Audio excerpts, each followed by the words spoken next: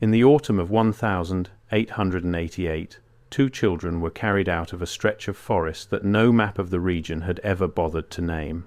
They were twins, a boy and a girl, no older than 6, and they had been living alone in a place where no grown man was supposed to survive a single winter. The trappers who found them expected frightened silence. They expected crying, or the blank stare of children who had gone feral in the cold. Instead, the children spoke, calmly, fluently, in full, ordered sentences, in a language that not one missionary, not one translator, not one educated man at that entire mission station could place. It was not a dialect anyone had lost. It was not a tongue anyone had ever thought to write down. And when the oldest scholar in the province finally sat across from them and listened for 3 days without sleeping, he wrote a single line in his journal before he asked to be sent home. He wrote that the language was older than the mission, older than the church, older than anything he had been taught to believe was possible. If stories like this one, the ones that live in the blind spots of the official record, are the reason you're here, take 1 second right now and subscribe before we go any deeper. This channel exists to follow the threads that most people are quietly told to leave alone. Subscribe, stay with me, and don't look away, because this one goes much further than the version you may have heard. The man who found them was named Elias Pellow. He was not a missionary and he was not a scholar. He was a fur trapper and part-time surveyor who worked the northern lines for a company whose name has since been scrubbed from most of the ledgers that survived. Pellow was, by every account left of him, an unimaginative man. He did not believe in spirits or omens. He believed in weight, distance, and the price of a good pelt.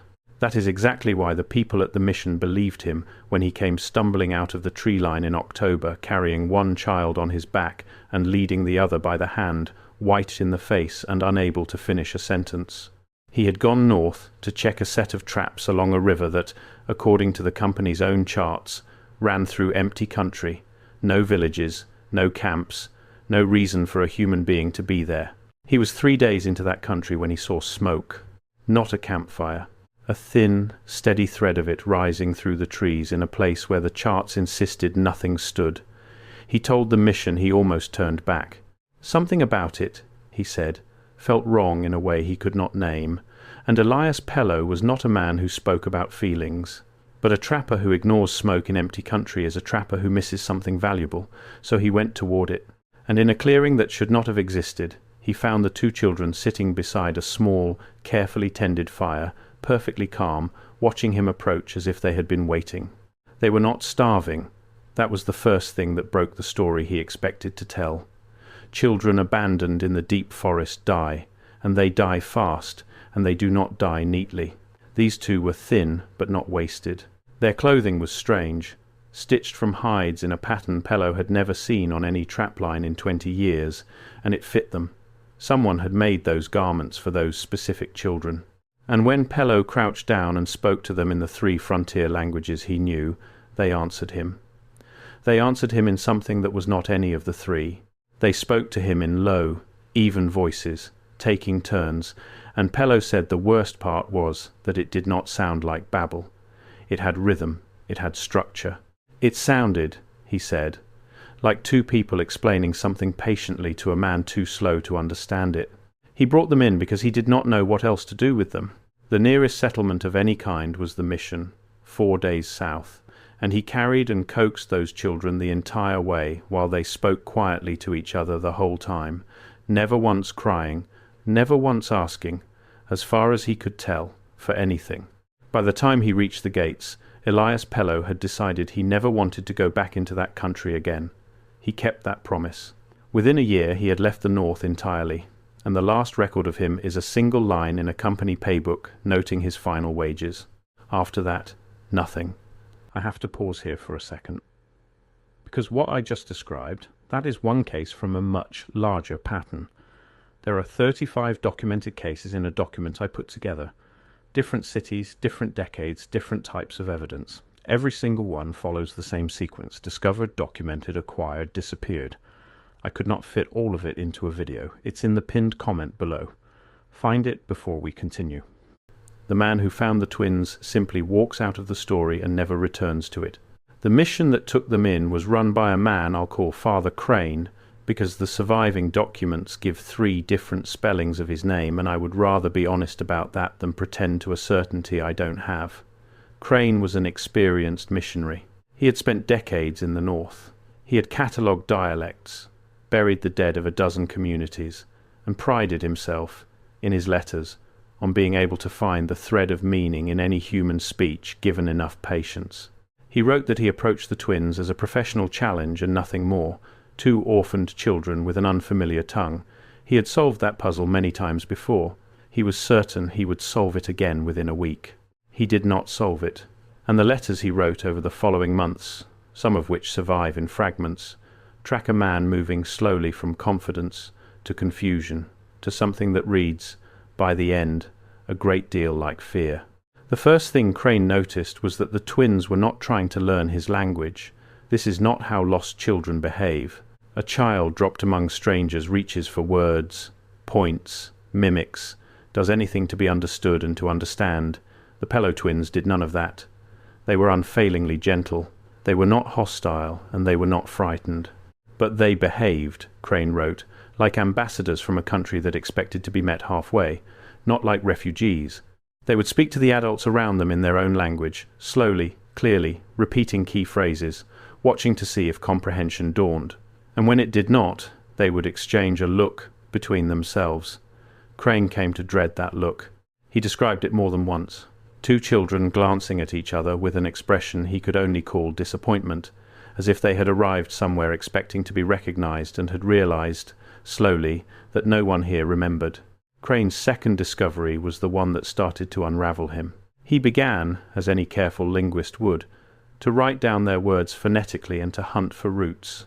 He was fluent in the mission's languages and had a working grasp of several older liturgical tongues, the dead languages of scripture and scholarship. He expected the twins' speech to connect somewhere. Every human language borrows, drifts, and leaves fingerprints on its neighbours. Find one shared root, he reasoned, and the whole structure would begin to open. So he listened, and he transcribed, and he compared. And what he found was not that the language had no connections. What he found was worse. It had connections in the wrong direction. Certain words the twins used resembled the oldest roots of the sacred languages Crane knew, not the everyday vocabulary. The deepest, most archaic layer, the words scholars believed were the ancient bones beneath the living tongues. But in the twins' speech, those roots were not archaic, they were ordinary. The children used them casually, the way you or I use the word for water or sky, as if these were not the fossilized remains of an old language, but the plain, current speech of a living one. Crane wrote that it felt like meeting someone who spoke the root of a word you thought was ancient and spoke it as if it were new, as if he had spent his whole life studying the ruins of a house and had now met 2 children who still lived in it. He tried, for a while, to convince himself of the ordinary explanation. Some isolated community, cut off for centuries, preserving an older form of a known language.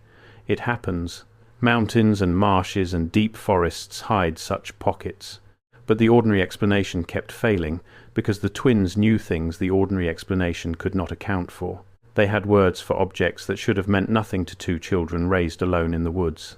They had a word, Crane wrote, for a kind of large stone structure, and they used it constantly, pointing south, pointing at drawings, pointing at the mission's own crude stone foundation with a strange, sad familiarity.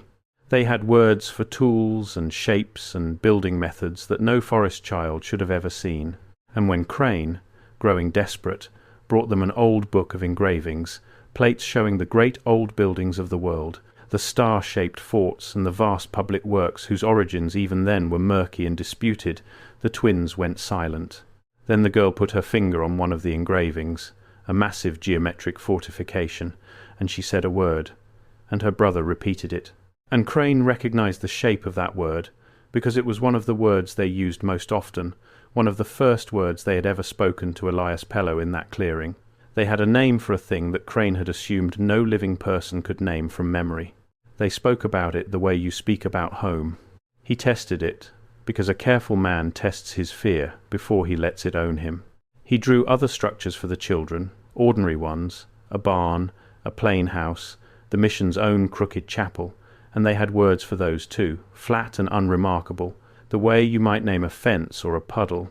But when he laid the old engraving back in front of them, the vast star-shaped works whose builders the history books could not honestly name, their voices changed again.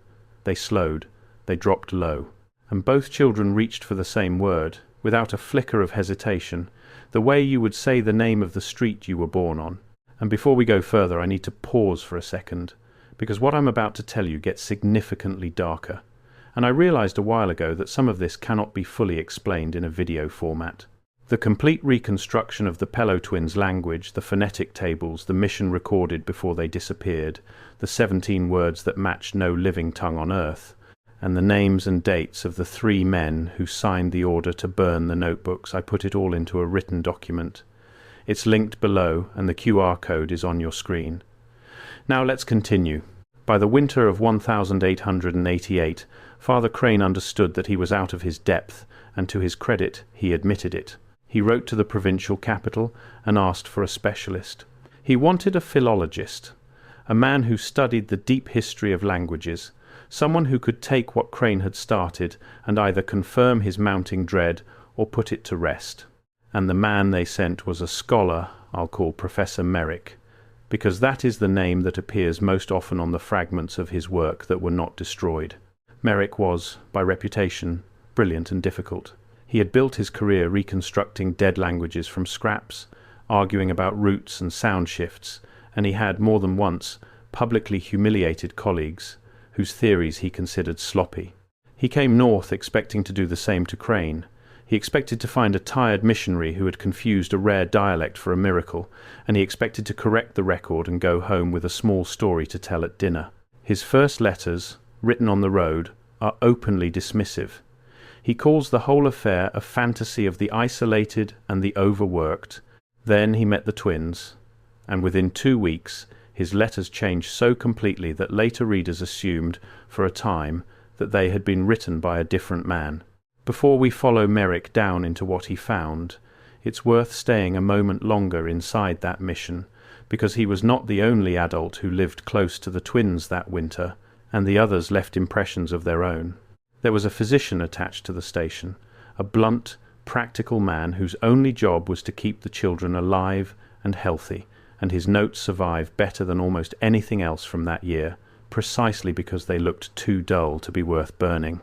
He recorded weight, sleep, appetite, temperature, and buried in that dry medical ledger are observations the man clearly had no idea what to do with.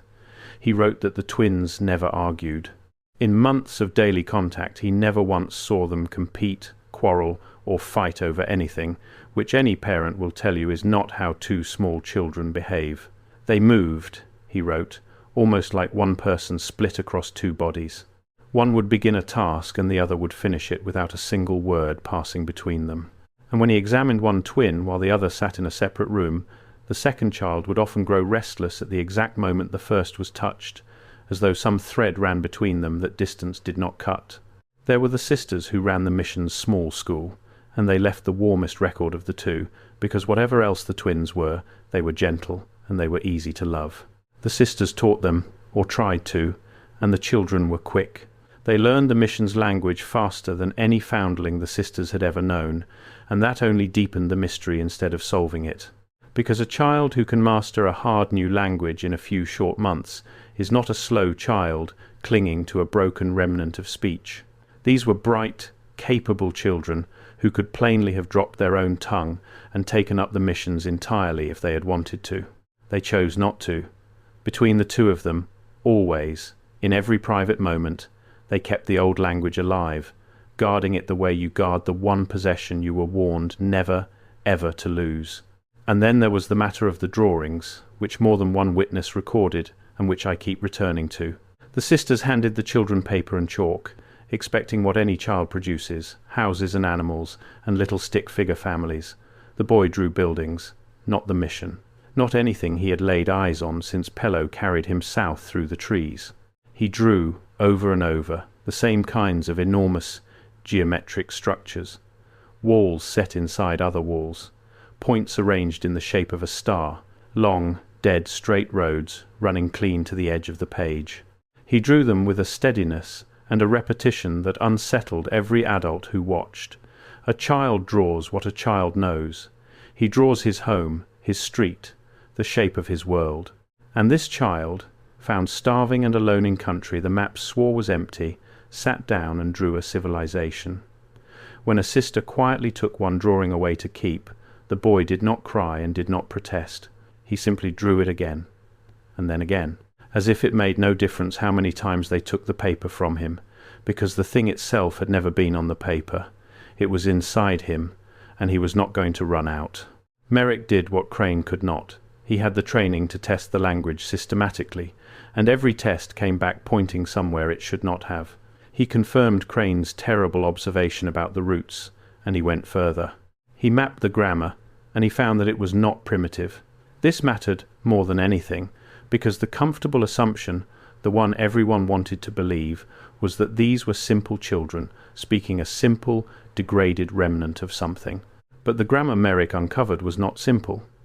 It was intricate, precise, and internally consistent in a way that took him. It could express relationships, he wrote, between a speaker and a place, between a person and a time, that he had no words to translate, only long, clumsy phrases that approximated the edges of the meaning. This was not the broken speech of the forgotten. This was the fluent speech of the advanced. And it was coming out of the mouths of two children who could not read, had never been schooled, and had been found living beside a fire in country that the maps insisted was empty. Merrick tried to break the language the way he had broken others, by finding its seams. Every language, he believed, has weak points, places where it borrowed clumsily from a neighbour, irregularities that betray its history the way a scar betrays an old wound. He hunted for those seams for weeks, and he could not find them. The grammar had irregularities, yes, but they were not the scars of borrowing. They were the deep, worn grooves of something used continuously for a very long time by people who had never once needed to explain it to an outsider, because there had never been an outsider to explain it to. A living language carries the fingerprints of its neighbours all over it. This one carried none. It was, he wrote, as though he were studying a language that had never had a neighbour at all, one that had grown up in a world where it was the only tongue there was, the single speech of a single vast civilization with no rival to trade a word with. And that thought, he admitted plainly, made no sense inside the history he had been trained to teach, because the history he had been trained to teach left no room whatsoever for a single vast civilization that had somehow spread across the world and then left no name behind. There was one feature of that grammar Merrick came back to again and again, and it broke something in him a little each time. The language, he discovered, had no ordinary way of speaking about the past, not because it was crude and simple, because of the exact opposite. Where his own languages would say that a thing was finished and gone, the twins' language preferred to say that a thing is, but is not seen. That distinction was built directly into the grammar, unavoidable, a permanent tense reserved for things that go on existing while hidden from view. And Merrick slowly realized that when the twins spoke of their home, of the great structures, of the whole world they had come from, they were never once reaching for the language of memory or of loss. They were using that hidden present tense. To them, at the level of grammar itself, nothing had ended. Everything they described was still there, still standing, simply put away somewhere the rest of us had lost the ability to look. And when he finally understood that, Merrick wrote, he had to set down his pen and sit out in the cold for a long while, because he could no longer say for certain which of them was confused about the shape of the world, the children, or him. Merrick, being Merrick, wanted proof he could carry back to people who would not believe him. And here the story takes the turn that I think matters most, because it explains why so little of it survives. Merrick had brought with him, at considerable expense and difficulty, a phonograph, one of the new machines that could capture a human voice on a cylinder of wax and play it back. It was a rare and precious thing to haul into the northern winter, and Merrick had brought it for exactly this purpose. He intended to record the twins speaking, so that the sounds themselves, the actual living sounds of this impossible language, could not be dismissed as one obsessed man's bad transcription. He would have the voices. No one could argue with the voices. The machine itself had been an ordeal to bring at all. A phonograph in 1888 was not a rugged thing. It was a delicate temperamental arrangement of parts, and Merrick had hauled it north over frozen roads, guarding it like a relic, because he understood that it was the one witness no bureaucrat could ever accuse of exaggeration. Transcriptions could be doubted. A man's notebooks could be waved away as the fever dream of someone who had spent too long alone in the cold.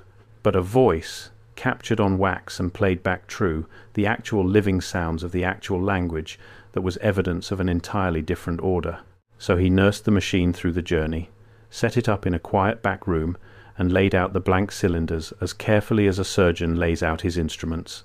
The first session nearly failed before it started, because the twins were fascinated by the machine, and Merrick feared their curiosity would ruin the recording. But the children settled fast, and the moment they understood that the machine was meant to listen, something in their manner changed. The doctor, who was there, noticed it too. The twins grew formal, solemn. They sat up straighter, and Merrick, who had braced himself to coax ordinary chatter out of two restless children, found instead that they seemed to grasp, better than he did, exactly what a recording was for. They were not being recorded. As far as they were concerned, they were finally, after all these months, being heard. Someone had at last carried a thing into that room that would remember them correctly, and they meant to make it count. Over the course of several weeks, Merrick made his recordings. He sat the twins down and coaxed them, patiently, into speaking. He recorded them naming objects. He recorded them counting. And the number words alone, he wrote, were enough to keep him awake at night, because their system of counting did not work the way any counting system he knew worked, and yet it was clearly a system, clean and complete. Their numbers did not build up in tens the way his did, and they did not fall cleanly into any base he could name. They seemed instead to fold, grouping and regrouping in a pattern that felt less like arithmetic and more like a set of instructions, as if, in the world the twins came from, to count a thing was to describe how it had been built. He spent days trying to chart it and produced pages of careful, tentative tables, and it was those very tables, he noted later with a bitterness that comes off the page, that the inspector's men would be most careful of all to collect.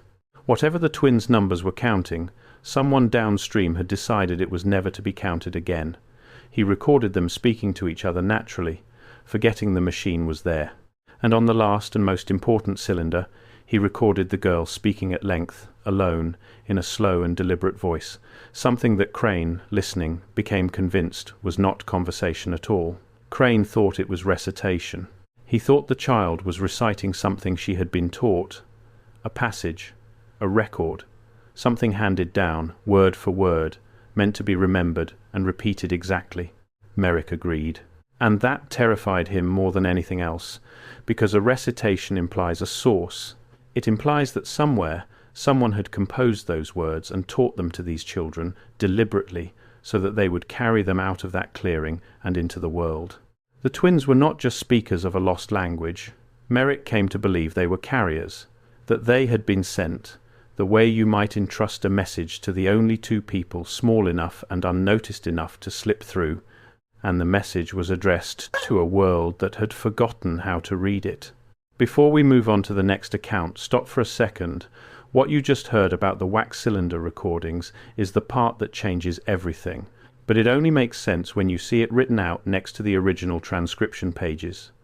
The confiscation dates, the missing register entries. It's all in the document linked below. Take 5 seconds right now, grab it, and then come back, because what comes next builds directly on it. The link is in the description. QR code is on your screen. Merrick's letters from this period are the ones that were most heavily damaged, and I don't think that's an accident. What survives is enough to follow the shape of what he found, but the specific pages, the ones where he apparently laid out his conclusions in full, are the ones that are missing, burned, or torn away. Someone went through his correspondence, later, and removed the heart of it. What they left behind is the build-up with the payoff cut out. But the build-up is damning enough on its own. We know that Merrick assembled a list of words that he could not connect to any known language, living or dead, in any direction. He had started by finding roots that matched the oldest layers of sacred speech, But a second category of words matched nothing at all. They were not archaic versions of anything. They were not borrowings. They stood completely alone, and yet the twins used them constantly, and used them for specific concrete things. Merrick counted them, and the number that appears in the fragments is 17. 17 words with no ancestor and no cousin in any language ever recorded by any scholar. 17 words that, if the twins were to be believed, were the ordinary names of ordinary things in a world no one else remembered. He did not write all 17 down in any single surviving place, and that may itself have been deliberate caution on his part, a scholar hiding the most dangerous part of his find across separate letters, so that no one seizure could ever take the whole. But enough of them surface, scattered through the fragments, to see the shape of what frightened him. Several were words for building. One was a word for a way of fitting great stones together without mortar, and the twins used it plainly as a fact of daily life, the way you might mention nailing 2 boards. One appeared to be a word for a kind of channel, something that carried, though whether it carried water or heat or something, Merrick had no frame for at all. He could not say, only that the children spoke of these channels as running everywhere, beneath everything, a simple given feature of the world they knew. One was a word for light that did not come from fire, and Merrick circled that one, in the fragment that survives, 3 separate times. He did not speculate on the page about what it might mean. He simply circled it, over and over, a 19th century scholar staring at a plain, common word for a thing his own century was only barely beginning to build, spoken without a second thought by a child who had never in her life seen a wire. And one word, the one that appears more often than any other, the one Merrick came to believe, was the twins' own name for the place they had come from, refused to shrink into anything small. It was not a village. It was not a camp. It was not a settlement in any sense he could carry across. The nearest he came, in a fragment he clearly loathed committing to paper, because it reads like madness, and he was not a madman, is a phrase he built out of that same hidden present tense the grammar kept forcing on him. He wrote that the word seemed to mean, as closely as he could render it, the city that is still here, not was here, is, present tense, hidden but never gone. As if the children were telling him, in the only grammar they had ever been given, that the place had never fallen at all, that it was simply somewhere the rest of us had been made, somehow, to stop seeing. Several of those 17 words, according to the surviving notes, referred to structures, buildings, methods of building. One of them, Merrick believed, was the twins' own name for the kind of place they had come from, and it was not a village or a camp or a settlement in any sense he could translate. The closest he could come, in one of the fragments that survives, is a phrase he clearly hated writing, because it sounds mad and he was not a mad man. He wrote that the word seemed to mean something like a city that was here before, said in the plain present tense, as if the city had never stopped being here, only stopped being seen. You have to sit with what that implies.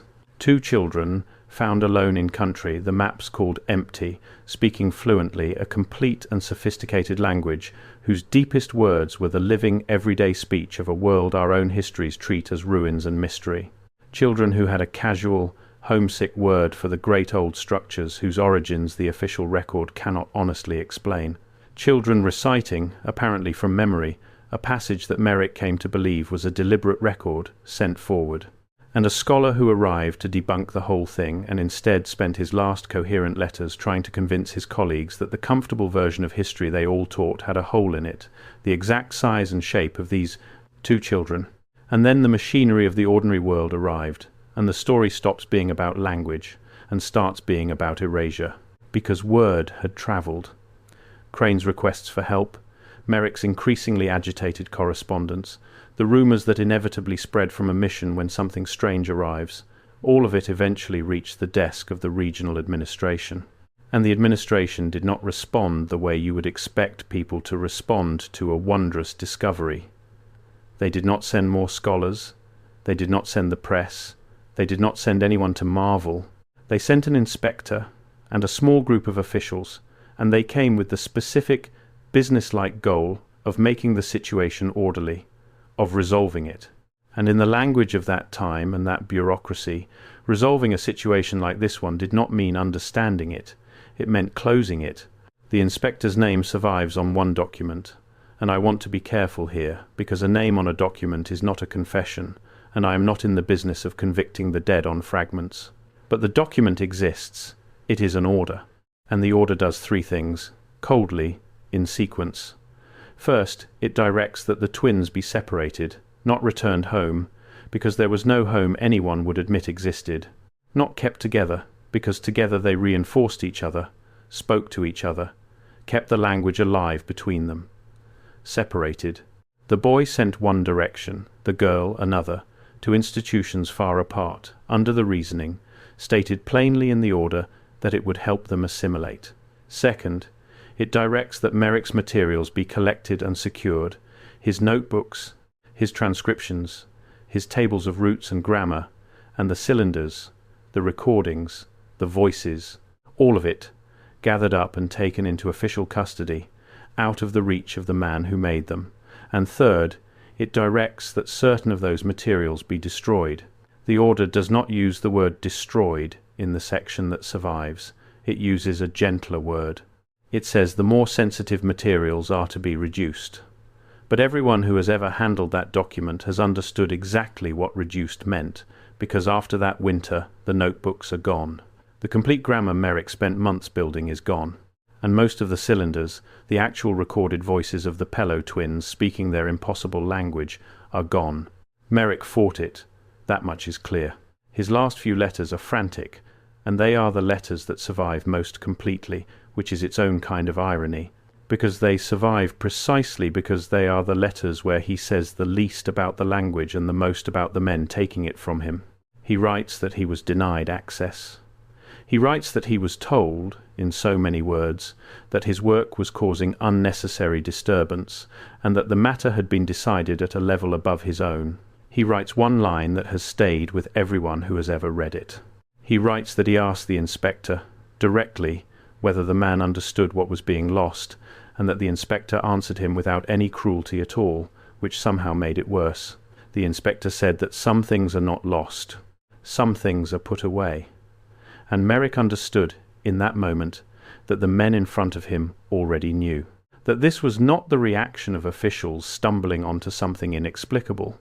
It was the reaction of officials who had a procedure, who had, somewhere in their institutional memory, done this before, and knew exactly what to do when a piece of the buried world surfaced and started to speak. That is the detail that separates this from 100 other sad stories of children lost and institutions failing them. Institutions fail children constantly, through neglect, through indifference, through the slow, grinding stupidity of paperwork. But neglect does not send a specialist. Indifference does not draft a 3-part order. What happened to the Pellow twins was not neglect, it was attention. Focused, deliberate, procedural attention, the kind that is only ever spent on things a system has already decided are dangerous. The men who came did not treat the twins as a wonder to be studied or a burden to be managed. They treated them as a leak. And you do not assign a procedure to a leak unless you already know what stands behind the wall, and you have already decided that it must not, under any circumstances, be allowed to come through. Read the order in that light, and every line of it changes meaning.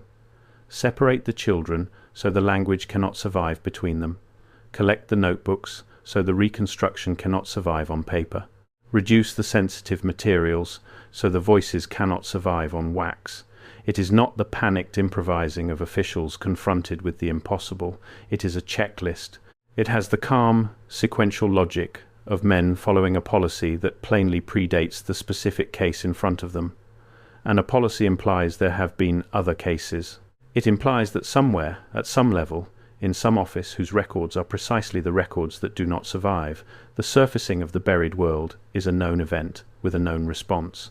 The twins, in that reading, were not the first thing to come through the wall. They were only, perhaps, the first thing to come through the wall able to explain itself in complete, patient sentences. And that is exactly what made them the most dangerous of all. What happened to the twins after the separation is the hardest part of this to trace, because the whole point of what was done to them was to make them hard to trace. The girl was sent to an institution in one direction, and the records that would tell us her fate are exactly the records that are missing.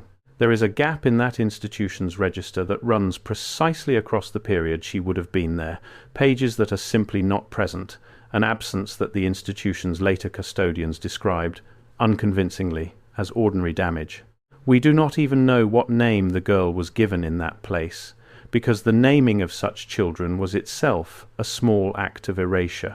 Pellow's name had only ever been a convenience, a label pinned on two people because they had to be called something on the forms. Whatever they had called each other, whatever the language held for who they truly were, went unrecorded, then went unspoken, then went out entirely. What we have of the girl is only the shape of her absence. She arrives in the fragments as a decision, a line in an order. A child sent one direction to help her assimilate, and then the pages that would have told us the rest are the pages that are gone.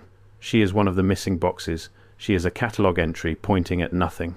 Somewhere she grew up, or did not, learned to answer to a name that was never hers, and slowly lost the only language that had ever truly belonged to her, inside a building full of people who could not have understood a single syllable of it even if she had dared to say it out loud. She had been half of something whole. They cut the other half away, filed the paperwork, and moved on. The boy went the other way. And here there is one more fragment, one last thread, and it is the one I find hardest to shake. Years later, at the institution where the boy had been sent, a younger teacher wrote a short account, more of a private note than anything official, describing a strange child who had been there before her time and whom the older staff still spoke about in low voices. She wrote that the boy had, over the years, been forced to learn the ordinary language of the place, and had learned it well, and had grown quiet, and had by all appearances forgotten wherever he came from. He no longer spoke his old tongue.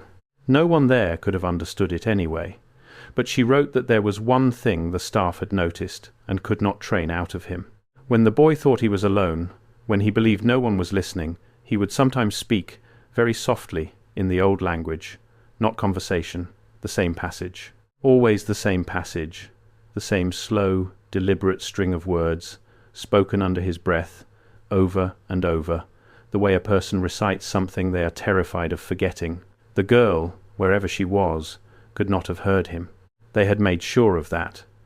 And yet, alone, in a language that no one around him could understand, and no one had spoken to him in years, the boy kept saying his half of it, keeping his part of the record, waiting, maybe, for the other half, waiting for someone, anyone, to finally recognize the words. The teacher who wrote that account did not know a single thing about the history behind the boy. She had never heard of Merrick, or the order, or the empty box in the archive. She knew only a strange, quiet child the older staff still spoke about in lowered voices, a boy who had learned their language well and grown obedient and dim, and who carried, underneath all of it, the one habit they had never managed to train out of him. Alone, when he was certain no one could hear, he would speak, low and steady, the same string of words, always the same, in a tongue she had never heard and could not begin to place. She wrote that it did not sound like a child muttering to himself. It sounded, she said, like someone keeping a promise, like a man holding one end of a rope in the dark, gripping it in case the far end ever moved again. Sit with what that means. The entire purpose of pulling them apart had been to let the language die quietly, in two separate silences, hundreds of miles from each other, and it very nearly worked. The girl's half went out, but the boy would not let go of his. Year after year, in a place where not one living soul could have answered him, he kept reciting his portion of a message that had been deliberately snapped in two, refusing, in the one small way still left to him, to finish the job the order had started. He could not have known whether his sister still carried her half. He could not have known whether anyone, anywhere, was still listening for it. He recited it anyway, as though the words had never really been his to lose, as though he had been trusted with them, and being made to forget the world did not, in the end, release him from the trust. He never got that. Neither of them did. The record we might have had, the full grammar, the tables, the 17 words, the voices on the wax, the recited passage set down in full, so that scholars a century later could read it and argue over it, and maybe finally understand it. That record was reduced, put away, and the two people who carried the living version of it in their own heads were deliberately pulled apart and buried in institutions until the language died inside them, one word at a time, in silence. For a long time, that is where the story ended. A handful of damaged letters, a cold order, 2 graves no one bothered to mark, the kind of thing that surfaces in a footnote and then quietly sinks again. But every so often, someone finds the footnote and cannot let it go, and in recent years this story has had a second life, because a small number of people have gone looking for what the inspector's order called reduced, and what they have found, in the looking, may be the most unsettling part of all of it. Start with the simplest question. If the materials were truly destroyed, there should at least be a record of the destruction, because bureaucracies are strange animals, and the same instinct that makes them burn a thing usually makes them file a form saying that they burned it. So the searchers went hunting for that form, for the inventory of what was taken from Merrick, the log of what was reduced, the signatures at the bottom, and what they found was not a clean record of destruction. What they found was an absence shaped exactly like a record that had been removed. The collection where Merrick seized materials should have been catalogued does have an entry. The entry has a reference number. The reference number points to a box, and the box, when it is finally located, is empty, and has been empty for longer than anyone currently working there has been alive. Not lost, not misfiled. Empty, with a catalogue entry still faithfully pointing at the nothing inside it, as though someone had taken the contents and left the label behind, either from carelessness or from something colder, to make anyone who came looking believe the trail had simply gone cold on its own, rather than that it had been carefully cut. Then there is the matter of the cylinders, and here the thread frays into something you can almost, but never quite, take hold of. The order said the sensitive materials were to be reduced, and most of the cylinders do vanish, but the searchers keep running into the edges of a stubborn claim that not every one of them did. That in the chaos of that winter, or through the small disobedience of some clerk who could not bring himself to feed a child's recorded voice into a fire, one cylinder survived. There are second-hand mentions of it, a line in one archive describing a wax cylinder of unknown origin and unintelligible content, briefly listed, and then, at some later date, quietly deaccessioned, which is the polite institutional word for a thing that leaves and does not come back. Every trail toward that surviving cylinder ends the very same way. A promising reference, a box number, and then a gap. An empty folder, a note that the item was transferred, and no record anywhere of where it was transferred to. The voices keep almost surviving. And then, at the last possible step, every single time, they are gone again, put away one more time by hands the record never troubles to name. You can call that coincidence, if you want to. Old archives are chaotic places. Things get lost, boxes go missing, forms disappear, and 100 years is a very long time for paper to survive. But sit for a moment with the pattern of it. The letters that survive are the ones that say the least. The letters that would have laid the whole truth out plainly are the ones that burned. The dull medical ledger, too boring to bother with, survives.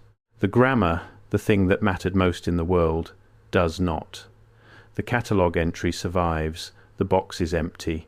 The reference to the last cylinder survives, the cylinder is gone.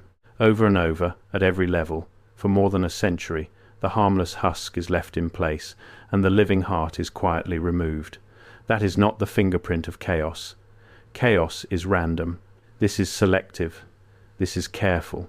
This is something that has been maintained. So what do we actually have? We have the fragments of Crane's letters, the missionary who started certain and ended afraid. We have the surviving pieces of Merrick's correspondence, a hard, sceptical scholar who came to destroy a fantasy and stayed to mourn a truth. We have a bureaucratic order, cold and procedural, directing the separation of 2 children, the confiscation of a scholar's life's work, and the reduction of the most sensitive materials. We have a gap in a register exactly where a girl should be. And we have a note about a boy who kept whispering half of a message to an empty room for the rest of his short life. What we do not have, and this is the part that should bother you, is any good explanation from the people who took it all. There is no official account that tells us who the twins really were, where the clearing came from, why the language matched the deepest roots of our oldest tongues while being spoken as something living and current, or why an unfamiliar orphan dialect warranted an inspector, a confiscation order, and a fire. The ordinary world's answer to all of it is the same answer it gives to the star forts, to the vast old works whose builders it cannot name, to the buildings that stand in places history says were empty. The answer is silence. The answer is a gap in the register. The answer is that some things are not lost, some things are put away. And that is the thought I want to leave you with, the one that turns this from a sad story about two forgotten children into something colder and much larger. Because if the comfortable version of history is complete, if there really was nothing before the world we were handed, then two starving orphans with an odd dialect are a curiosity, and nothing more, and there is no reason on earth to separate them. Seize the notebooks, and burn the recordings of their voices. You do not put a curiosity away. You do not send an inspector to reduce a curiosity. The scale and the coldness of the reaction only make sense if the twins were exactly what Crane and Merrick came to believe they were. Not the last speakers of a language no one remembered, but the last living witnesses of a world that someone, at some point, decided the rest of us were never meant to remember. And when those two children walked out of that empty country speaking the plain, current, everyday language of that vanished world, the machinery that had buried it the first time simply did what it had always done. Quietly, efficiently, without cruelty, which is the most frightening detail of all, it put them away. The forest closed back over the clearing. Elias Pellow walked out of the north and never returned. Crane's certainty was gone, and soon Crane was gone too. Merrick died, still writing letters no one answered, still trying to make people understand what had been taken. And two children, separated by hundreds of miles and a procedure designed to make them forget, spent the rest of their lives on opposite ends of a message that was never meant to be broken in half. One of them, at least, kept saying his part into the dark, long after there was anyone left who could have said it was safe to stop. And maybe that is why this story refuses to stay buried, no matter how carefully it was put away, because a message broken in half still wants to be whole. The boy is gone, the girl is gone.